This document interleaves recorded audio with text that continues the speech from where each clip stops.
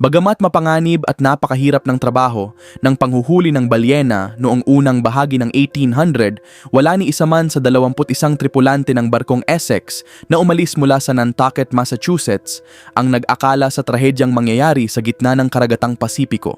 Doon, isang balyenang puno ng matinding galit ang sumira sa kanilang barko habang napakalayo nila sa kalupaan at iniwan silang palutang-lutang sa 3 maliliit na bangkang panghuli ng balyena habang desperado nilang iniisip kung paano sila makaliligtas. Marami sa kanila ang nakitil at ilan sa 9 na nakaligtas ay napilitang gumawa ng mga hindi maisip na bagay para lamang manatiling buhay. Pero bago tayo magsimula, kung bago ka pa lamang sa aming channel, mag-subscribe ka na para naman lagi kang updated sa mga ganitong uri ng video. Ang panghuhuli ng balyena na ginagawa na sa loob ng libu-libong taon ay isa sa pinakamalakas na industriya sa magiging bansang Estados Unidos simula pa noong 1600s, parehong siglo kung kailan dumating sa New England ang mga pilgrim sakay ng Mayflower at iba pang barko. Pagsapit ng 1700, lalo pang lumago at naging napakalaki ng kita sa negosyo ng panghuhuli ng balyena. Nagsimulang maglayag ang mga barko hindi lamang sa buong Atlantic Ocean kundi maging paikot sa Cape Horn at papasok sa Pacific Ocean, lalo na nang mabilis ng kumonti ang populasyon ng mga balyena sa Atlantic.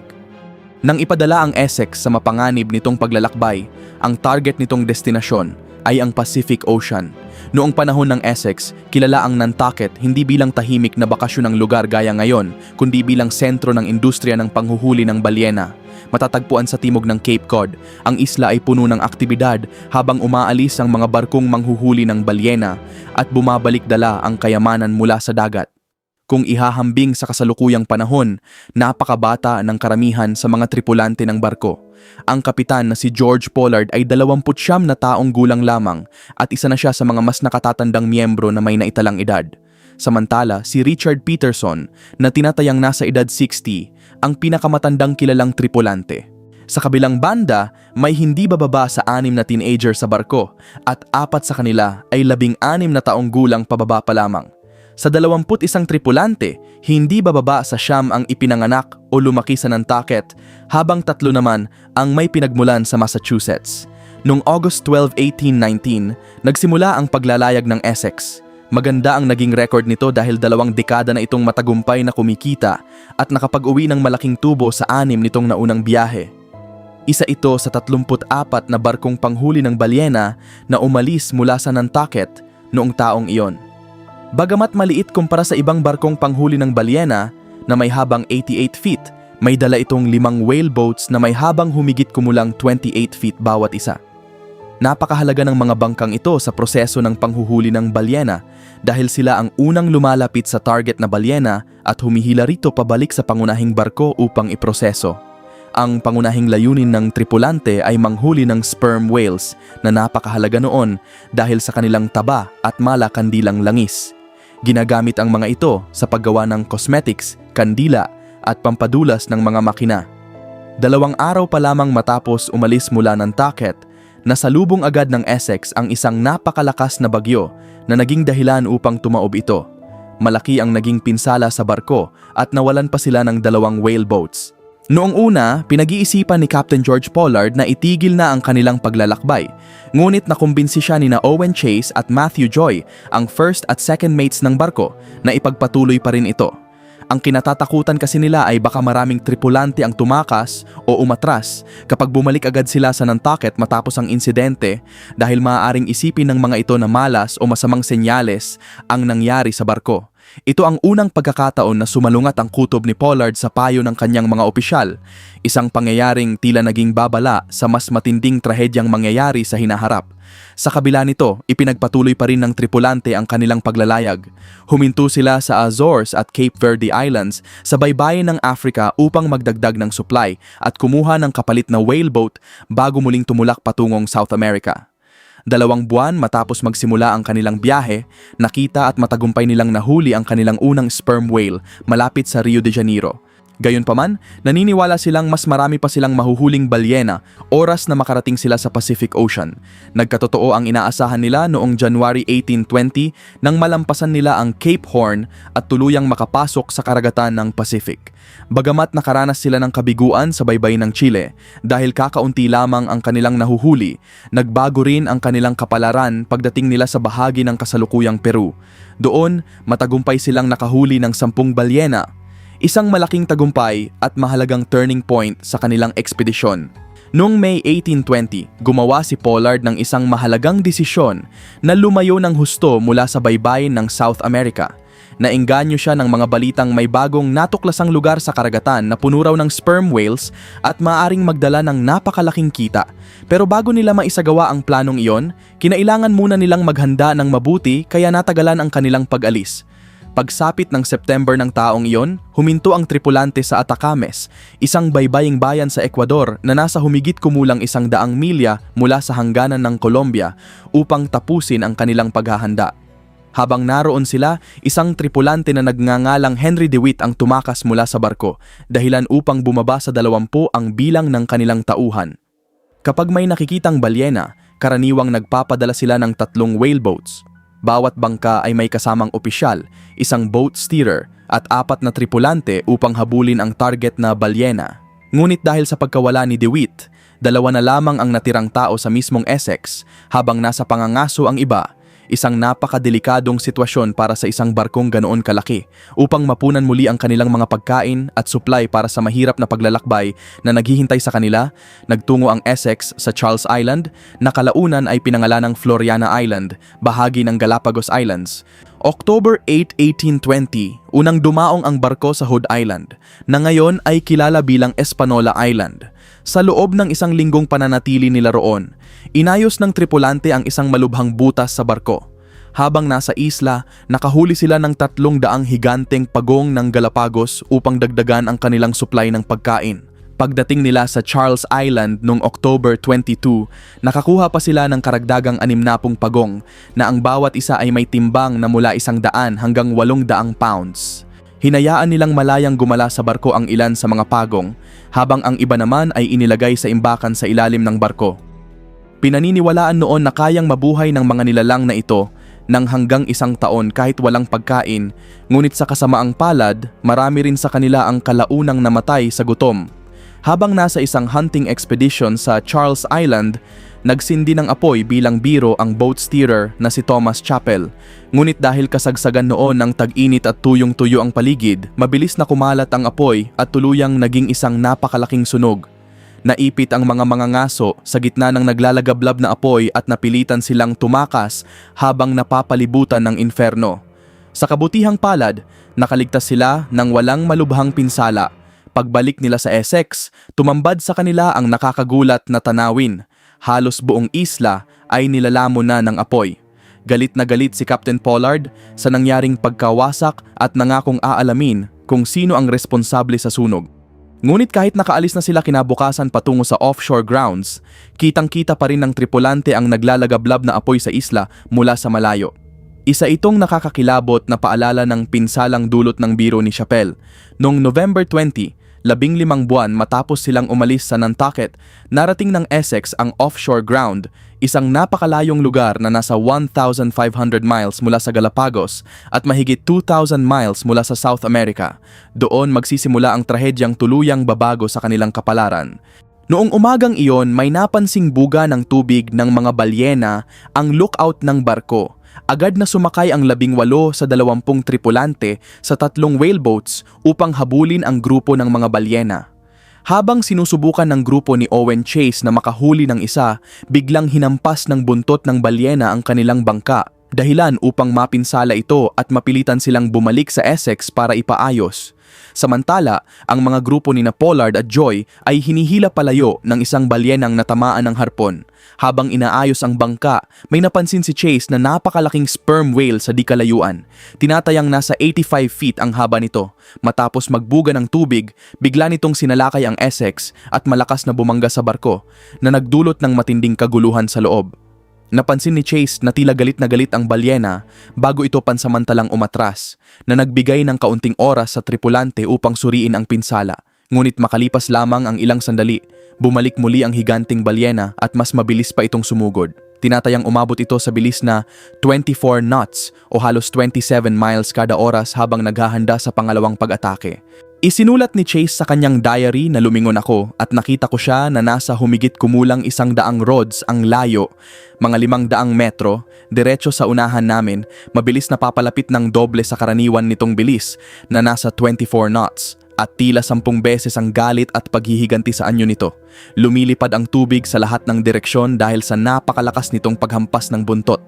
Nakaangat ang kalahati ng ulo nito mula sa tubig habang papalapit ito sa amin. At muli nitong binangga ang barko. Dahil sa walang tigil na pag-atake ng balyena, tuluyan nang napahamak ang Essex at nagsimula ang desperadong pagtakas ng tripulante mula sa lumulubog na barko. Nagmadali ang mga tripulante na tipunin ang mga mahahalagang gamit, kabilang ang mga instrumento sa navigation, at tiniyak ito ni William Bond. Sa kabila ng kanyang pagsisikap, ipinapalagay na hindi na siya nakaligtas at nadamay sa trahedya. Pagbalik ni Pollard sa barko, nabigla siya sa grabeng kalagayan nito. Habang ang ilan sa mga tripulante ay lubos na nakakaunawa sa bigat ng kanilang sitwasyon, ang iba naman ay maaaring masyadong nagulat o walang sapat na karanasan upang lubos itong maunawaan. Sa loob ng 2 araw, sinubukan ng mga lalaki na sagipin ang mga supply mula sa basang-basa at sirang barkong Essex. Gumawa sila ng mga improvised na layag, inayos ang mga sirang bahagi ng barko, at sinubukang mag-ayos ng anumang pwedeng gamitin. Sa sitches ni Pollard ay naroon ang mahahalagang instrumento sa navigation na kalaunan ay hinati-hati sa 3 bangka. Nagkaroon ng mainit na pagtatalo tungkol sa rutang tatahakin patungo sa lupa. Mas pinili ni Pollard ang pagpunta sa kanluran dahil natatakot siya sa mga sinasabing kanibal sa Marquesas Islands. Hindi sumang-ayon sina Chase at Joy at pinili nila ang rutang patimog patungong Chile o Peru, umaasang makakakita sila ng ibang barko. Sa huli, ang suhestyon ni Joy ang kanilang sinunod. Nahati sa 3 bangka ang natitirang mga tripulante at nagsimula silang maglayag noong Nobyembre 22, 1820 habang hinaharap ang tuloy-tuloy na butas, malalakas na alon at mapanganib na dagat. Pinalo sila ng mga bagyo at pilit nilang pinanatiling nakalutang ang kanilang mga bangka habang unti-unting nauubos ang pagkain at tubig. Sa kabila ng mga pagsubok, nagpatuloy sila sa paglalakbay, isang paghihirap na puno ng panganib at pagtitiis. Pagsapit ng Disyembre 20, 1 buwan matapos ang nakapipinsalang pag-atake ng balyena, nakarating ang mga pagod at gutom na tripulante sa Henderson Island. Sa pag-aakalang ito ay Ducie Island. Bagamat nakahanap sila ng pagkain tulad ng mga ibon, itlog at isda, kulang na kulang ang tubig hanggang sa matuklasan nila ang isang bukal ng sariwang tubig. Matapos ang 1 linggo, habang mabilis nang nauubos ang kanilang supply, kinaharap nila ang isang mabigat na desisyon, manatili at makitil sa gutom o muling maglayag. 3 lalaki, sina William Wright, Seth Weeks at Thomas Chappell, ang piniling manatili sa isla, umaasa sa pangako ni Pollard na sila ay babalikan at ililigtas. Noong December 27, 1820, ang 17 natitirang tripulante ng Essex ay muling naglayag patungo sana sa Easter Island. Gayunpaman, pagsapit ng January 4, 1821, napagtanto nilang masyado silang nailayo ng Agos, kaya iniba nila ang direksyon patungong Masafuera Island na malapit sa baybayin ng Chile. Habang patuloy na nauubos ang kanilang pagkain, napilitan silang magtipid na lamang sa kaunting tubig at tinapay. Dumating ang trahedya noong January 10 nang pumanaw si Matthew Joy, sinundan ni Richard Peterson noong January 20 at gayon din si Lawson Thomas sa parehong araw. Habang lumalalim ang desperasyon, gumawa sila ng mabigat at madilim na desisyon, kainin ang mga katawan ng mga nakitil upang mabuhay. Pagsapit ng February 6, muling hinarap ng grupo ni Pollard ang matinding gutom. Dahil wala na silang makain, napilitan silang gumawa ng isang nakapanghihilakbot na desisyon, ang pagbubunutan upang malaman kung sino ang iaalay para mabuhay ang iba. Sa masaklap na pagkakataon, si Owen Coffin ang nabunot at isinakripisyo.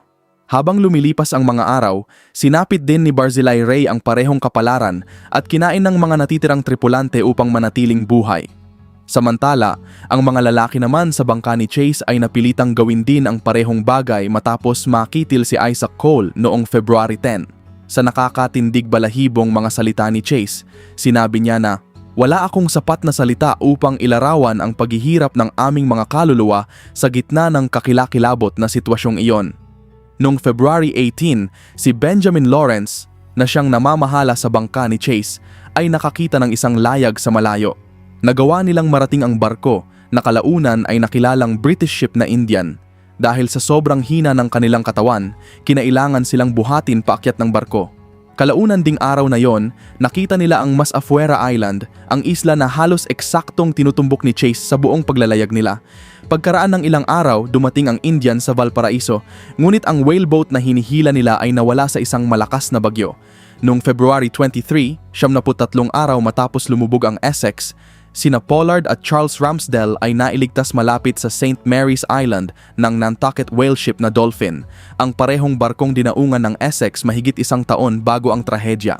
Halos makitil na sila sa gutom at nabubuhay na lamang sa pagsipsip sa mga buto ng kanilang mga nakitil na kasamahan. Kalaunan, inilipat sila sa whale ship na Two Brothers na papuntang Valparaiso, kung saan muli silang nagkita ni na Chase, Lawrence at Thomas Nickerson na nagpapagaling naman noon sakay ng USS Constellation. Lahat ng mga nakaligtas ay emosyonal na napaiyak nang muling magkita-kita. Noong March 23, sina Chase, Lawrence, Nickerson at Ramsdell ay bumiyahe pa uwi sa Nantucket sakay ng whale ship na Eagle, habang si Pollard naman, na mahina pa rin ang katawan, ay sumunod noong May sakay ng The Two Brothers. Samantala, tinulungan ng commander ng USS Constellation ang pagliligtas sa tatlong lalaking naiwan sa pinaniniwalaan nilang Ducie Island, na kalaunan ay natuklasang Henderson Island pala. Inutusan ng Australian trading vessel na Surrey na papunta noon sa Australia na huminto sa Ducie Island. Nang walang taong makita roon, nagtuloy sila sa Henderson Island kung saan nila natagpuan sina Chappell, Weeks at Wright noong April 9. Sa kasaysayan ng paglalayag sa dagat, nananatiling isa sa pinakanakakakilabot na kwento ang trahedya ng Essex at ng kanyang tripulante. Isang matinding paalala ng panganib at bangis ng karagatan. Pagsapit ng taong 1822, muling naglayag si Captain Pollard sakay ng whale ship na Two Brothers. Ngunit muli na namang sinalanta ng trahedya ang kanyang kapalaran nang lumubog ang barko sa French frigate Shoals, na tuluyang nagtapos sa kanyang malas na karera bilang manghuhuli ng balyena. Noong June 11, 1821, bumalik si Chase sa Nantucket at sinalubong ng isang mapait ngunit masayang pagbabalik. Doon niya unang nakita ang kanyang anak na babae na hindi pa niya kailanman nakilala. Makalipas lamang ang ilang buwan, isinulat niya ang kanyang nakapanlulumong karanasan tungkol sa trahedya ng Essex. Isang akdang kalaunan ay naging inspirasyon ni Herman Melville sa pagsulat ng tanyag na nobelang Moby Dick. Nagpatuloy pa si Chase sa iba pang paglalayag sakay ng mga barkong Florida at Winslow, ngunit ang kanyang buhay ay nanatiling puno ng pagsubok at pagbabago. Si Lawrence naman ay nagretiro at namuhay ng tahimik sa Nantucket, inaalagaan ang kanyang bukirin sa Siasconset hanggang sa kanyang pagpanaw noong March 20, 1879. Si Ramsdell ay natagpuan din ang katahimikan sa simpleng buhay sa isla at naging kapitan ng General Jackson hanggang sa kanyang kamatayan noong July 8, 1866. Sa mga huling taon ni Nickerson, bumalik siya sa Nantucket at ibinahagi ang kanyang mismong karanasan sa paglubog ng Essex sa kanyang akdang The Loss of the Ship Essex, Sunk by a Whale, and the Ordeal of the Crew in Open Boat. Nanatiling buhay ang kanyang alaala at kwento sa pamamagitan ng pagpreserba nito ng Nantucket Historical Association. Samantala, ang mga lalaking nailigtas mula sa Henderson Island ay nagkaroon ng magkakaibang landas sa buhay.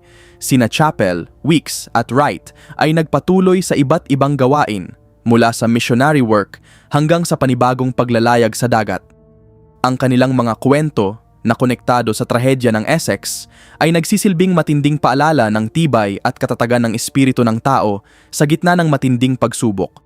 Nanatiling buhay ang alamat ng Essex sa pamamagitan ng walang kupas na kwento ni Herman Melville na nagbigay pugay sa tapang at tibay ng kanyang tripulante habang hinaharap nila ang mabagsik na karagatan, at habang lumilipas ang mga taon, patuloy pa ring nagbibigay inspirasyon at paghanga ang kanilang paglalakbay. Isang walang hanggang patunay sa lakas ng loob at kagustuhang mabuhay ng tao kahit sa pinakamadilim na sitwasyon.